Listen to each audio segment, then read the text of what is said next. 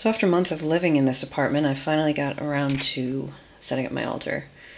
And I've had a few people question, based on pictures in the past, all these little trinkets that I have and if there's stories behind them. And there is. So that's what this video is about. We're going to start over in water. This is an oyster shell from Salem, Mass, where I went to school. Most of the shells are either from Plymouth, Massachusetts or Cape Cod. Like all of these are from Cape Cod. All the scallop shells and most of the clam shells and mussel shells are from Plymouth. There's a nice big piece of coral there that my sister gave me from one of her fish tanks. It's a seahorse. This, I don't know if I'm going to be able to actually show you, but I got this at the Boston Museum of Science. It's really cool. It's this stone that if you scrape your nail, you can see that it creates like these little black swirls. It's really cool. I've had this since I was like 10. So yeah, there's seaweed, a crab claw, tiny little starfish from Sarah, tons of different, oh, and here's a big boobied goddess figure that Greg made.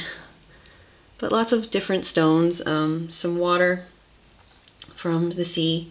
These two little shells right here used to be the home of my sister's hermit crab, Sebastian. He has passed, but we still have his homes. There's some mermaid eggs.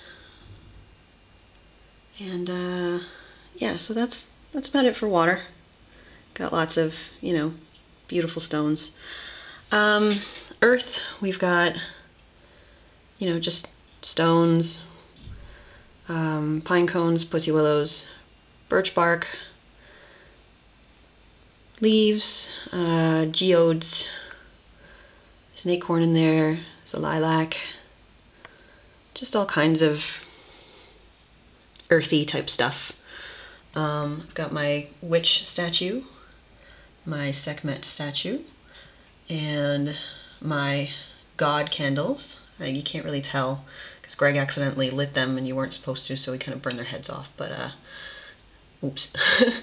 Got a cute little fairy figurine from Karen, a really nice clay incense burner that has pre-mixed ground incense on it that I got in New Hampshire. Let's see what else is going on here. This is a little bowl of singing sand from Singing Sand Beach in Manchester by the Sea in Massachusetts.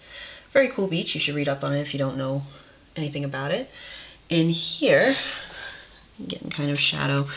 You can't really tell, but there's purple sand in there, and that's from Plum Island in Massachusetts, which was actually a plague island. It was where people were sent who had leprosy. But other than that, it's a really cool, just stretch of beach because, it's all purple rocks, so the sand is all purple, which is really cool. And that's also mixed with some violets. We've got an angel stone from my mother. In here, in this little pouch, is a piece of the fireplace from Goddard Mansion, which is one of my favorite places on Earth. It was the first place I ever saw fairies. And then this is a really cool knife. Let's see if I can maneuver to open this with just... As you can see, it's quite nice.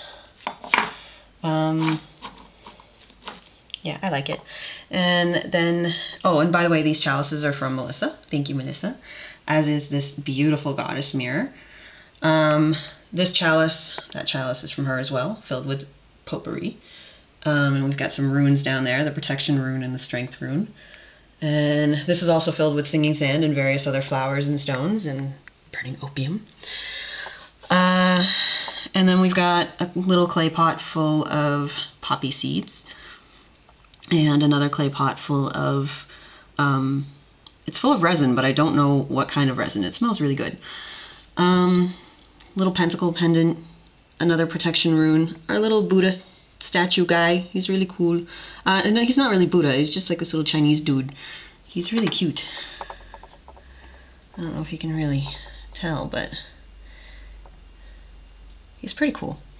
And then we've got our goddess candles, again with the heads burned off, unfortunately.